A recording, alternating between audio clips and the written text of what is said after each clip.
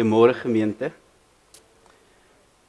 Dis 'n bietjie 'n warmerige dag. So ons sal verstaan as jy so 'n bietjie verder van jou geliefde af sit. Ons weet dis nie huismoeles nie, ons weet dit as gevolg van die hitte. So baie dankie vir elkeen wat vanoggend hier is en ons is hier in die Here se teenwoordigheid. En as ons so in die Here se teenwoordigheid is, dan wil ek graag vir u voorhou die volgende gedeelte.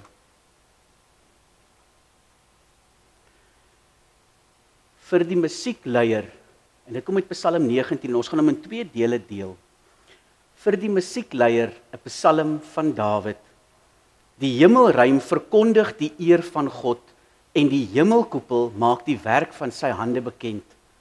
Dag na dag bring dit 'n boodskap voort, en nag na nag deel dit kennis mee.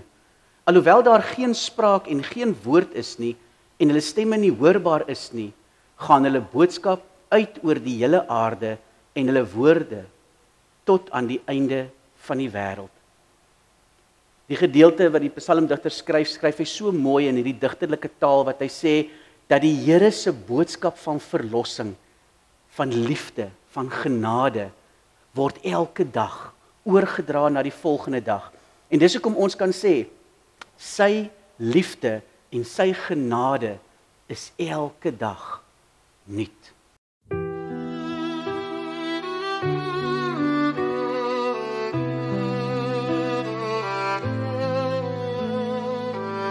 The heavens declare your glory so bright. The stars reflect your endless light. Mountains bow down, oceans roar your name. Forever and always the same. Who can compare to your majesty? Your love reaches to eternity. There is none like you, oh Elohim Most High. Your power, your mercy fill the sky. Holy and faithful, your promises are true. Forever we'll sing, there is none like you.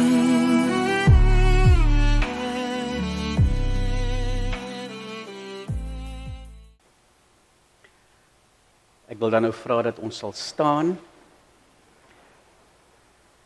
En dan gaan ons saam 'n fotum doen in wisselwerking. En as jy die fotum klaar gedoen het, gaan ek vra dat u dan sit. En dan wil ek graag vir Jacques Trudeau en sy vroukie Claire, vandag is daar onder andere Lenet, ek hoor julle het 'n reunie gehad vir hierdie naweek. En ek wil dan vir Jacques vra dat jy dan sal kom en vir ons dan in daai geleentheid, wanneer ons hier in klas is, sien ons 'n skermpie op met die aansteek van 'n kers, dat jy vir ons die kers sal kom aansteek, asseblief. Gee eer aan die Here, kinders van God, gee eer aan die Here.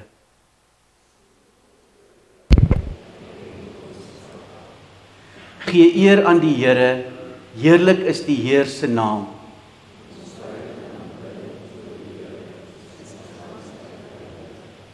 Die stem van die Here is oor die waters.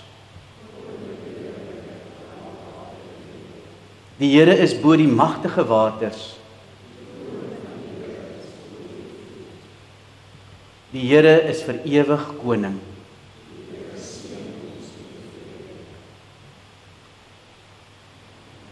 Jacques, as jy vir ons dan die kers sal aansteek.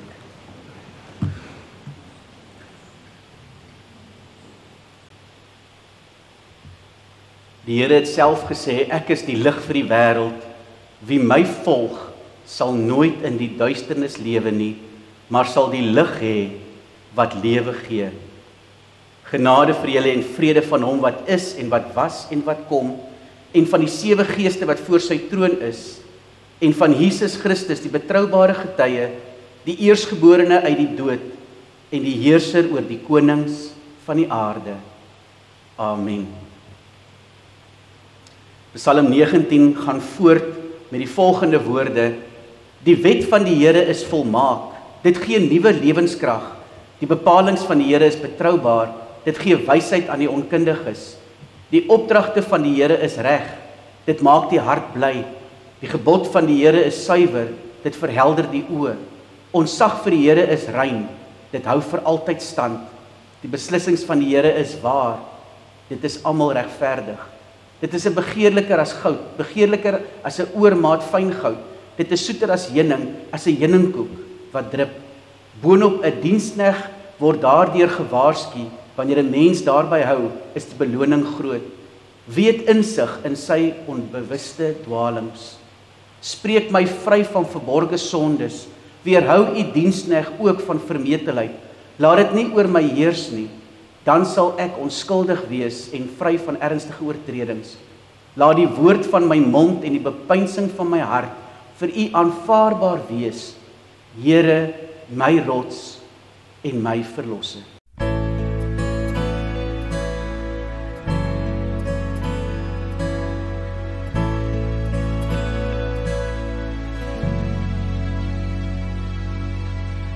Wanneer hy voor u staan, raak al my geraas gedaan.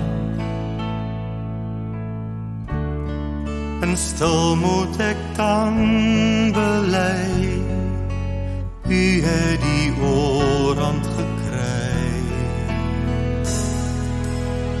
Deur die nag se stryd, gee ek oor aan die heerskappy. Te lang het ek self probeer, u is my beste verweer. U is meer as net 'n vader, u is meer as net my Heer. U is my God, meer as alles tesame vind ek, u is ook my vriend. Mag elke woord wat uit my mond kom, wees soos heuning, en mag gedagtes uit my hart wees, soos die môredag. Elke uitgesproke woord, en elke saak wat ek bedoel, mag dit aangenaam en sinvol wees, voor die aangesig, o Heer, want U is my God, U is my redder, U is my vrede. U is die rots waarop ek bou en waar ek skuil vind. U is my kompas, die woord gee rigting, wanneer ek verlore raak. Daarom is dit my gebed, dat wat ek dink of wat ek praat, wel behaaglik voor die aangesig sal wees.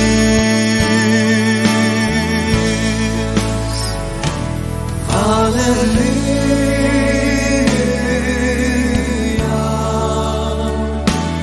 halleluja,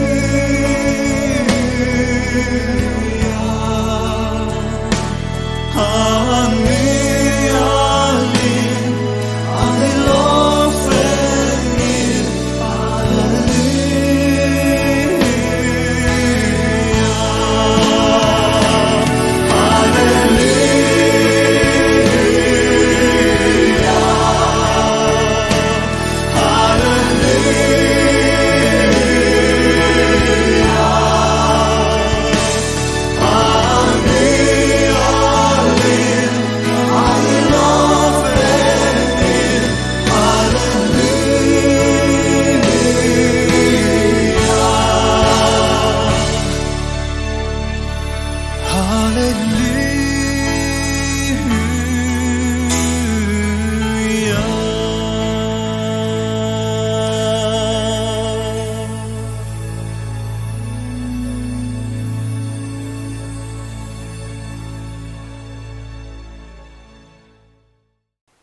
ons sluit die oë. Here, mag elke woord wat uit ons mond kom en die bepeinsing van ons hart vir U aangenaam wees. Here, want U is ons rots en ons verlosser. Dankie dat ons so in U teenwoordigheid mag staan en ons kan nie anderste as om U lof te besing en net te sê heilig, heilig, heilig is U, o Here God Almagtig. Ons wil saam met die engele in die hemel buig en net U lof besing, want U is die koning oor die konings van die aarde. U is die Here, ons Skepper God. Amen.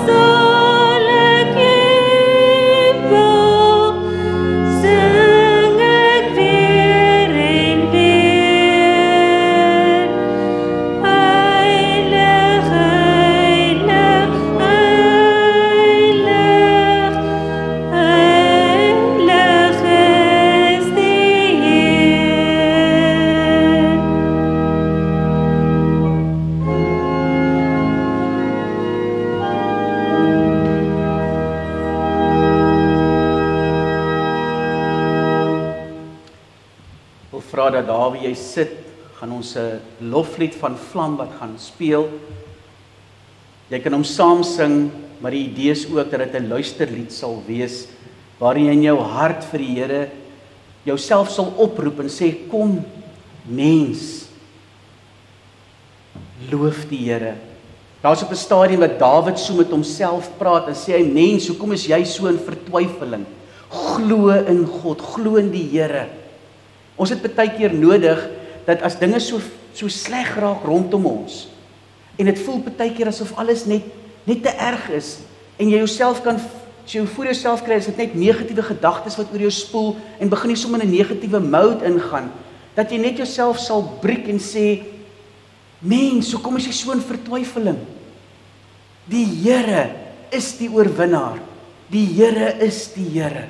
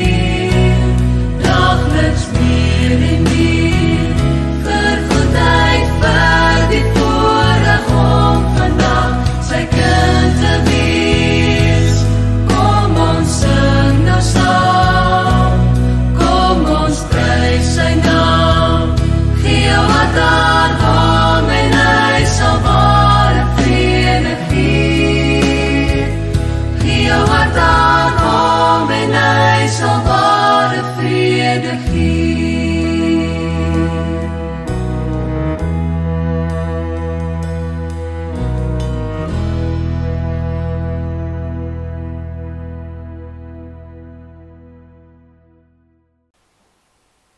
Gee jouself aan hom en hy sal ware vrede gee. Dis die koning wat ons aanbid. Anderste as die koning van die wêreld. En dit is hoekom hy so anders was en so anders voorgekom het, dat hulle juis vir Jesus verwerp het. Want hoe kan 'n koning met soveel sagkens, soveel deernis, soveel liefde en begrip kom? Dis nie 'n koning nie, want ons word geleer dis 'n teken van swakheid. En ons gaan vanoggend dan ook in Jesaja hoor van die Here se diensknegt wat in gebrokenheid kom om die krag van God te wys. Ek wil vra dat ons sal staan dan en lied 197 verse 1 en verse 2 sal sing wat sê wonderbare koning, heerser oor u skepping.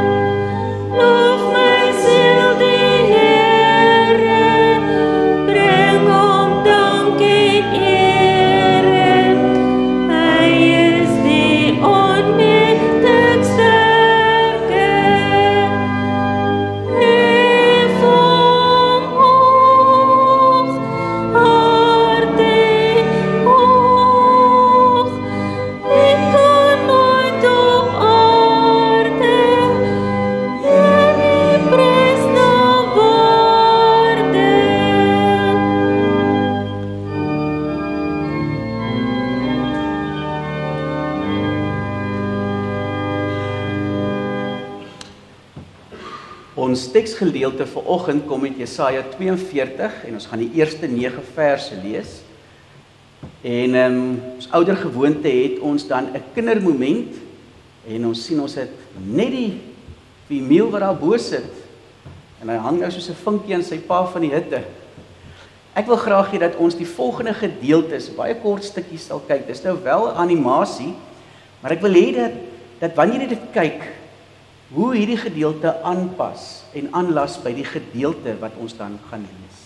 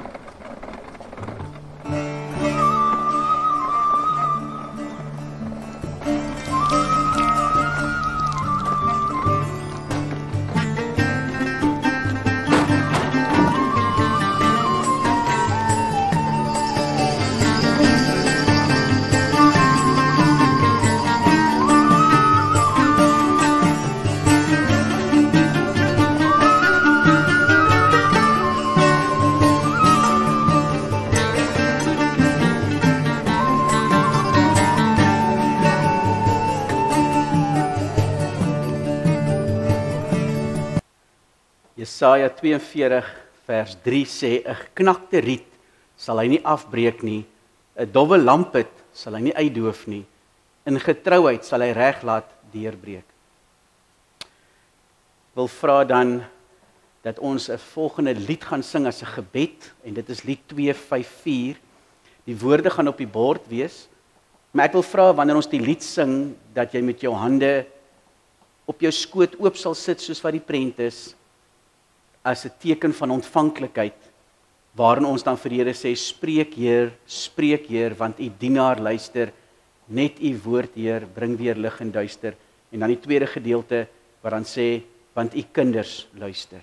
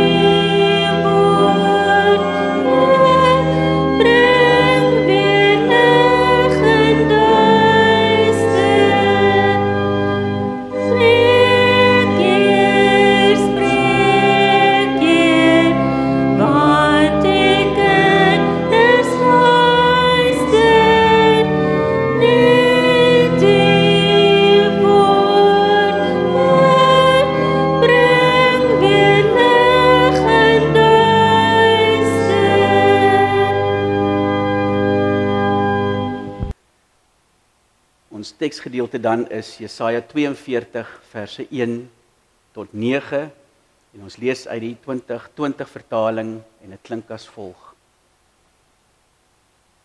Kyk, hier is my dienskneg wat ek ondersteun, my uitverkorene in wie my binneste vreugde vind.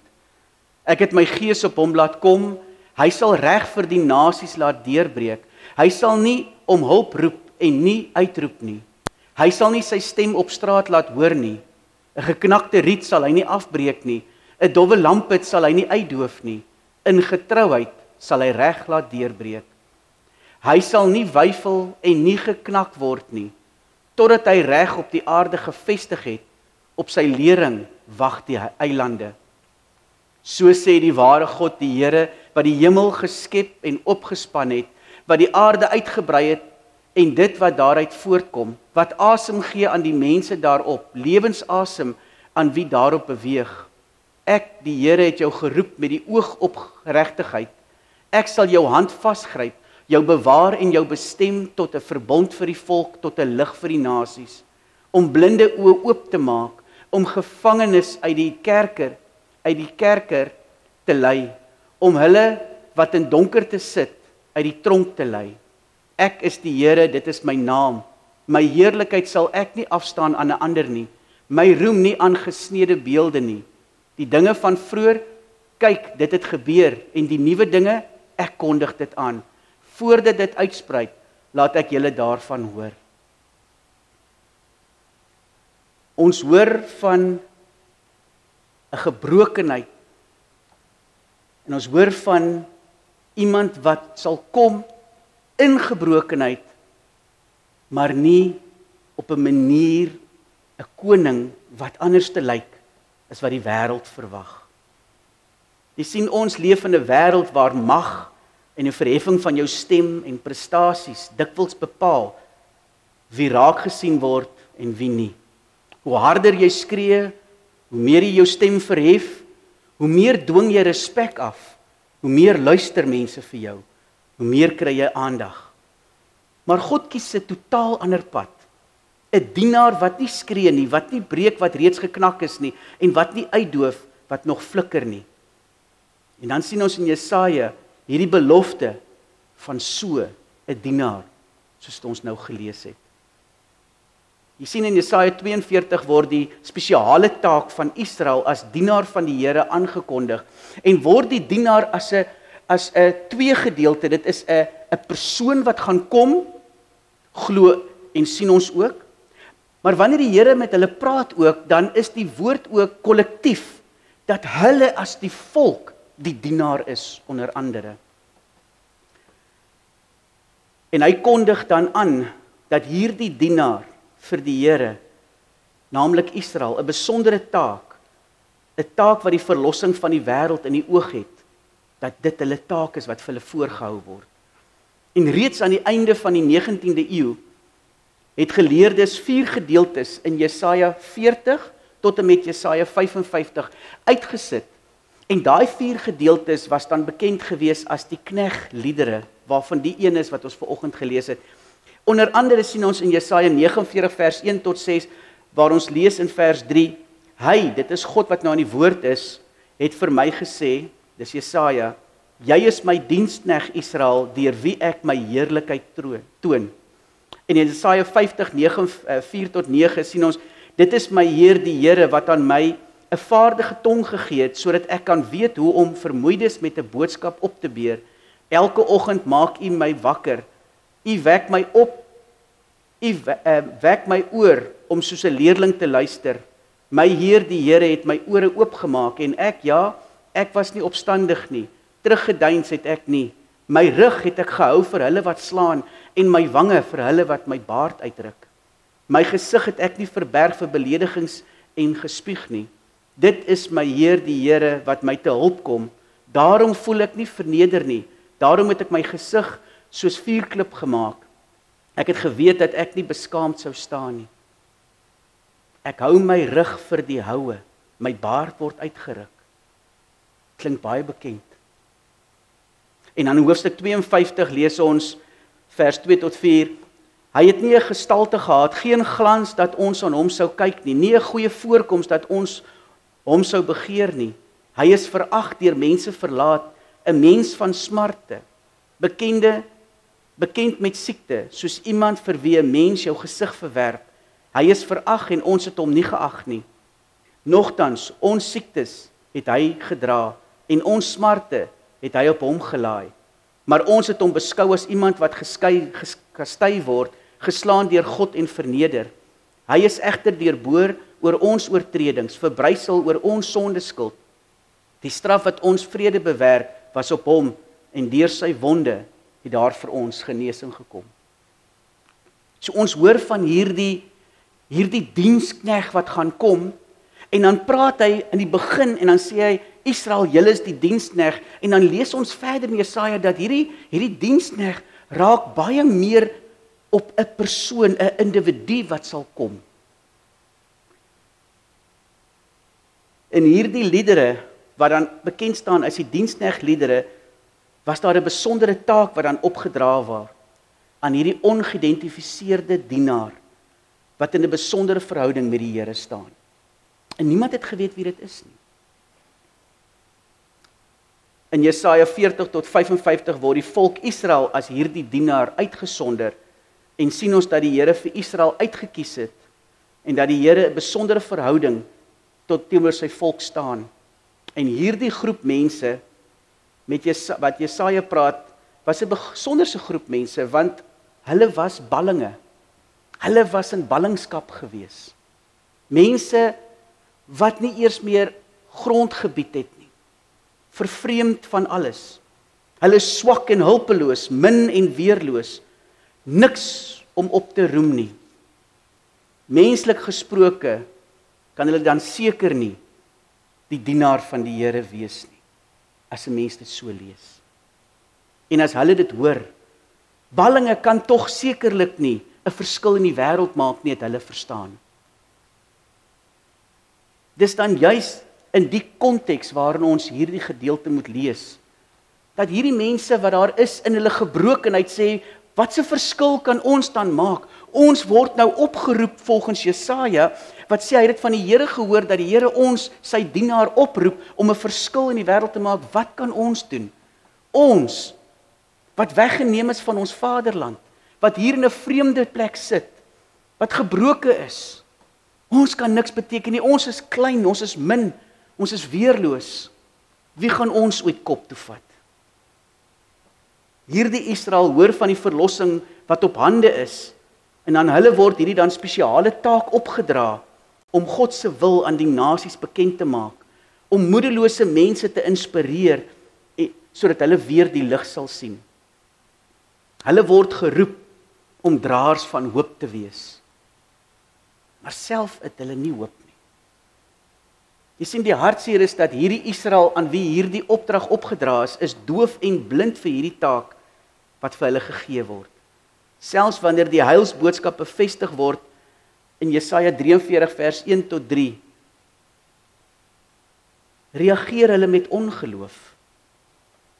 Maar God beloof egter dat hy hulle sal seën en hy hulle sal toerus en by hulle sal wees. Hy sal Israel nie verlaat nie. Hy sal hulle nie los soos hulle is nie. Hy sal hulle oortredings uitwis. Hy sal die uitkoms gee. Dit is ter wille dan van hulle dat hy dan ook 'n persoon aanstel wat hy dan inspireer en deur sy toedoen maak dat hierdie Kores, wat ook bekend gestaan het as Kores die Grote, wat 'n magtige Persiese koning was in die Achaemenidiese ryk, gebruik die Here in sy krag en in sy mag om hierdie volk van hom vry te maak uit ballingskap sodat hulle kan terugkeer Jerusalem toe. En hierdie Kores gee selfs vir hulle die materiale wat nodig is om weer hulle tempel te gaan herbou. Die God wat pas die ballinge oortuig het dat hy die enigste God is, kondig nou aan dat hy hulle roep vir 'n besonderse rol. Hy stel hulle kollektief aan as sy dienaar, wat hy self ondersteun. Hy het hulle gekies om sy guns te geniet. Deur sy gees rus hy hulle dan toe om hierdie taak te kan doen, om reg te spreek teenoor die nasies. Die God wat die dienaar roep en aanstel, is niks anders as die Skepper God, die gewer van lewe. Hy is die Here. Hy roep die dienaar in opregtheid. En so kry die ballinge die opdrag om hierdie verhouding tussen God en sy volk te herstel, maar ook om die wêreld op te roep en te sê, ken hom wat jou gemaak het. Maar hoe kan 'n gebroke groepie ballinge ooit opstaan om so 'n oorweldige taak te kan doen? Hoe pak 'n mens so 'n taak aan as jy dan voel ek is 'n niks werd? Een rede. God is die waarborg dat jy sal slaag. En God het homself as waarborg vir hulle gegee dat hulle hierdie taak sal kan doen, want ek is by julle. Ek gee vir julle die krag. En dan sê die Here dat die eer wat hom toekom, sal hy met geen ander deel nie. Dit is oor sy eer, oor sy naam, dat hy getrou is aan hom, sal hy getrou wees aan hulle ter wille van sy naam en hy sal hulle nie in die steek laat nie. En tog sien ons, as ons dit lees, hoe die volk juis afvallig raak. Die identiteit van die dienaar bly versluier. Miskien was dit doelbewus.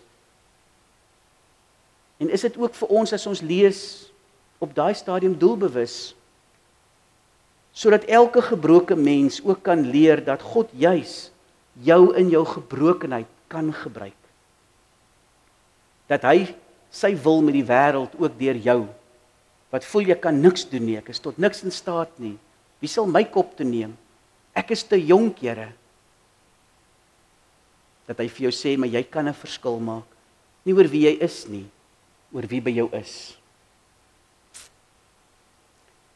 Die beginsel word nêrens beter geïllustreer van hierdie dienaar van die Here as in die lewe en die werk dan van Jesus Christus nie. Hy wat by uitnemendheid die dienaar van die Here is. En soos ons gelees het, as ons nou verder lees in Jesaja, die brief van Jesaja, dan lees ons dat hierdie gedeelte word al meer omvou. Van die begin is Israel geroep en dan word dit al meer omvou van hierdie dienaar, hierdie ongeïdentifiseerde dienaar, hoor 'n mens, van een wat geslaan sal word, een wat gepynig en gemartel sal word en self sal sterf ter wille van die volk. Wie sou hy dan wees? wie hierdie dienaar is, verskil baie mense oor as hulle net Jesaja lees. Sommige sien dit as 'n verwysing na die profeet soos wat Moses was, en dan ander sien dit as 'n aardsvaderlike figuur wat soos Abraham sal opstaan, of dalk 'n koning soos Hiskia, en sommige meen die dienaar is 'n individu in die toekoms, later van tyd, en het hulle ook dit toegeskryf aan Kores. En is dit ook wat huidiglik gebeur as die Jode die gedeelte lees? Hulle lees nie vir Christus, die gestuurde, die gesalfde, die Messias hierin nie. Nee, hulle lees dit en sê dit moet een van hierdie figure wees wat hierdie rol vervul het. Maar een ding het hulle almal tog in gemeen. En dit is dat hierdie persoon die gesalfde van die Here sal wees. En die gesalfde in Hebreëus beteken Messias en in Grieks Christus. Dis het almal verwag en gewag op die koms van hierdie Messias. Hulle het gewag dat hierdie Messias, hierdie finale dienaar van die Here, wat in die toekoms sal kom, dat hy sal kom. Want as jy verder in Jesaja lees, dan lees jy ook van die leeu en die lam wat bymekaar sal lê. En die leeu wat sal gras vreet soos 'n bees, en hy praat van kindertjies wat by die slange van gate van giftige slange sal speel en niks sal oorkom. En wag hulle op hierdie Messias. Maar ons, soos die meeste ander, glo en weet dat die uiteindelike vervulling van hierdie dienaar van die Here is niemand anderste as Jesus Christus. In Lukas 7 vers 19 tot 20 stuur Johannes die Doper 2 van sy disippels na Jesus met dieselfde vraag: Is u die gestuurde? Is u die Messias waarvoor ons wag? Waarvan ons gehoor het deur die profeet Jesaja? En dan antwoord die Here Jesus hierdie gestuurdes en hy sê vir hulle die volgende: Johannes die Doper, ons het ons na u gestuur, sê hulle, om u te vra, is u die een wat sou kom, of moet ons iemand anders te verwag? Op daardie oomblik was Jesus besig om baie mense van hulle siektes en kwale en bose geeste te genees en om blindes weer te laat sien. En hy antwoord hulle toe: Gaan vertel vir Johannes wat julle gesien en gehoor het. Ja, blindes sien weer, verlamdes loop, melaatses word gereinig, dowes hoor en dooies word opgewek. Aan armes word die goeie nuus verkondig.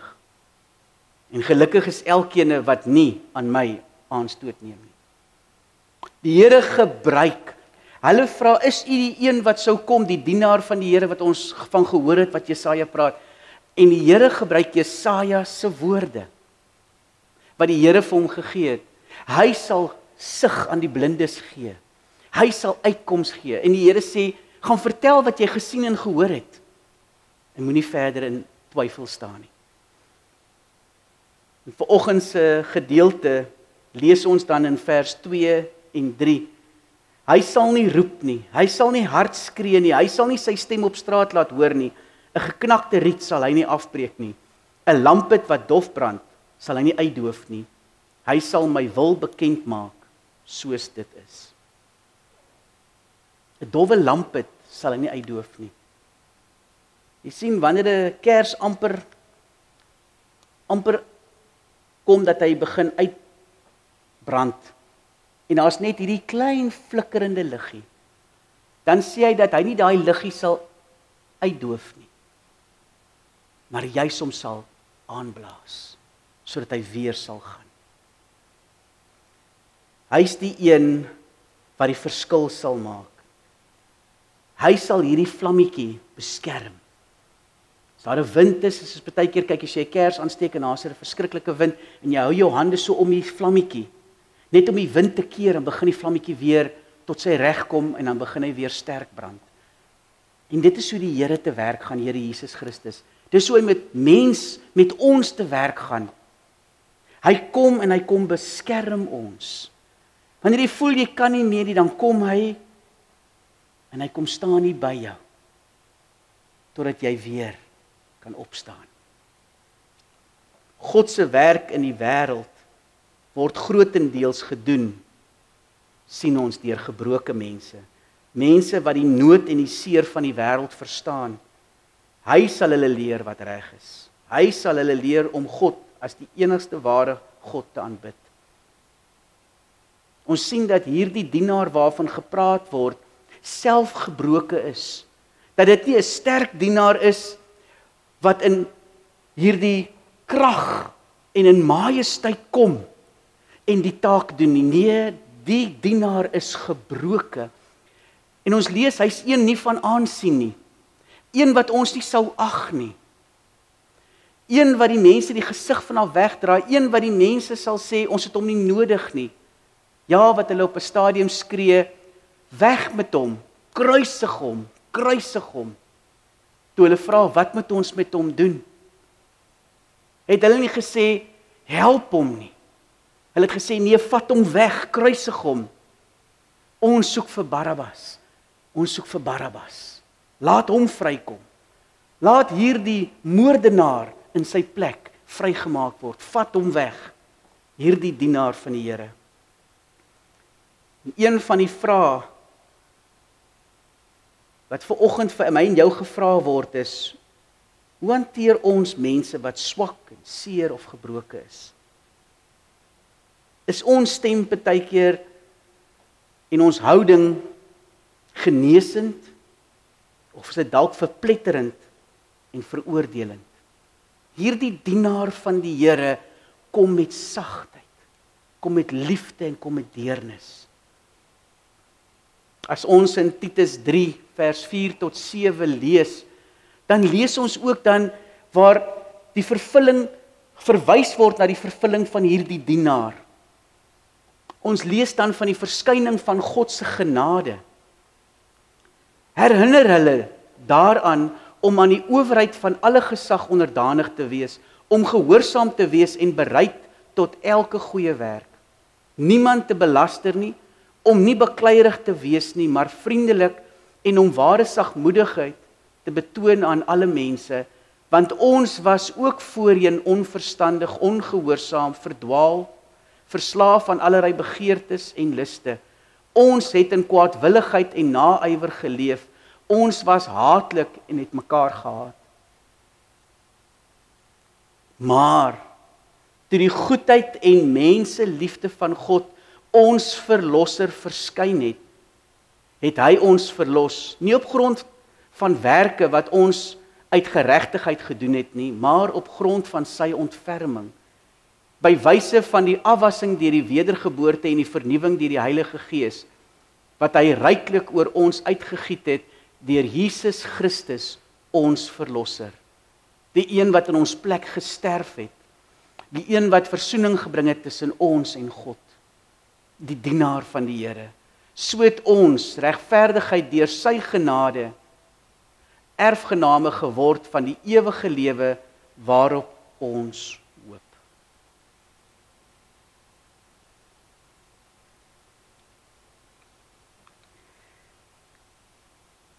Ons sien hierdie vervulling van hierdie dienaar, hierdie Christus, die een wat nie sal breek wat gebreek is nie, die een wat kom herstel, die een wat die dowwe lamp het nie uitdoof nie, maar aanwakker.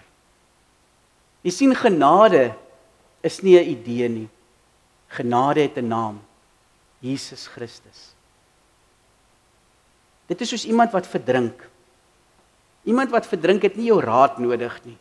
Hy het nie nodig dat jy van die wal af hom staan en skree, vat net 'n bietjie water en trek dit na jou toe en kyk net of jy ten minste hou net jou kop bo die water, moenie so maak nie. Man, hou net jou mond toe. Hy het nodig dat jy sal inspring en hom kom gryp en hom kom uittel. En dit is wat ons hoor, die Here sê, ons het nie in eie krag hierdie redding gekry nie, maar deur sy genade, hy het ingespring. Hy het homself kom gee en hy het ons kom uithaal. En hy het ons kom red. So is God se genade. God se genade is nie 'n beloning nie, maar 'n reddingsdaad.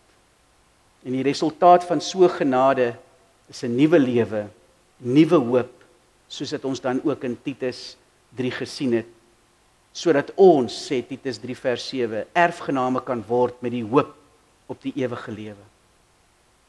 Genade maak ons vry. Maak ons nuut en gee ons hoop. Genade verander ons identiteit van skuldiges na kinders, van gevangenes na erfgename. 'n Mens wat die genade wat hy of sy van die Here ontvang het, en 'n begrip het daarvoor, en verstaan wat die genade behels, wat dit snap, leef anders, dien anders, en kyk selfs na mense rondom hulle anders. Hierdie opdrag aan die dienaar van die Here, wat ons hoor ook in Jesaja, wat in Christus Jesus, die dienaar in uitnemendheid, wat ons dan sien, hierdie dienaar van die Here, hierdie opdrag wat die Here aan sy dienaar gee, het groot implikasies ook vir die kerk, die liggaam van Christus. Ons is ook die dienaar van die Here. Ons is vandag dit wat die Here kom doen het as die dienaar by uitnemendheid, het hy vir ons gegee en gesê, gaan voort hiermee, gaan leef dit, gaan deel dit, gaan wys dit. Ons is op die voetspoor van Jesus Christus, hy wat die dienaar by uitnemendheid was en is. En word ons dan ook geroep en toegerus vir 'n besonderse taak, naamlik om gebroke verhoudings tussen God en mens, om dit onderling te kan herstel. Jy sien, Jesus het by die bergrede in Matteus 5 die volgende gesê, geseënd is die sagmoediges, want hulle sal die nuwe aarde ontvang.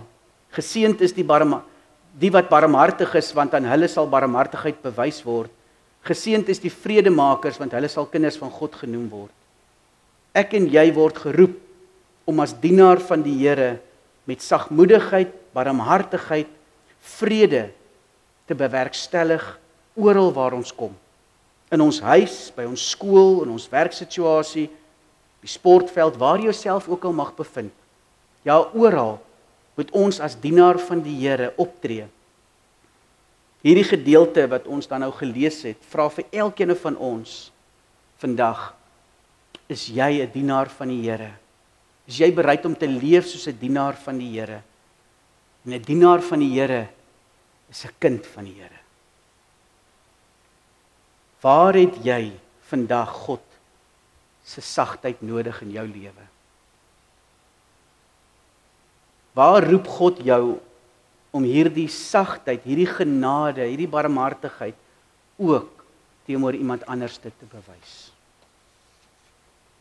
Ek wil vir jou geleentheid gee om jou oë net toe te maak en nou vir 'n oomblik te sit en te dink wat dit beteken om deur die Here geroep te wees, om 'n vredemaker te wees. Wat dit beteken om geroep te wees, om met sagtheid, binne in jou gebrokenheid, die Here se instrument te wees in sy hande. Dalk het jy die Here op 'n manier ook nodig, waar jy sy sagtheid nodig het, waar die hardheid van die wêreld jou dalk op een of ander manier geskaad het. En jy voel, Here, ek het net nodig dat u woorde so sagte water oor my sal vloei. Net om my te bevestig en net weer vir my te sê, ek het jou lief met 'n ewige liefde. En die Here doen dit. Die Here wil vanoggend jou kom bevestig in jou roeping. Hy wil vir jou kom sê, ek het jou lief, ek het jou gekies voor die skepping van die wêreld.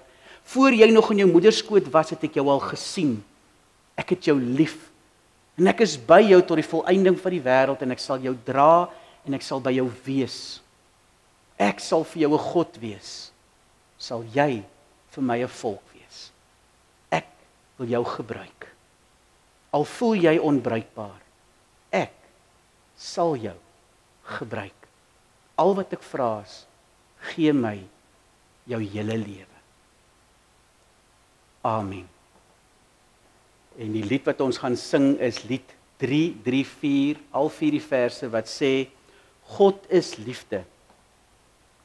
Wat is die boodskap wat hierdie dienaar van die Here moet gaan uitdra? Dat God liefde is. Dat God sy seun gestuur het om ons sondes te versoen. En hoe vertel ons mense daarvan? Dit wat jy sê, maar baie belangrik, dit wat jy leef. Ons word gevra om in liefde en in deernis op te tree, sodat hulle sal sien, God is liefde. Kom ons staan en bly dan staan tot die amen lied.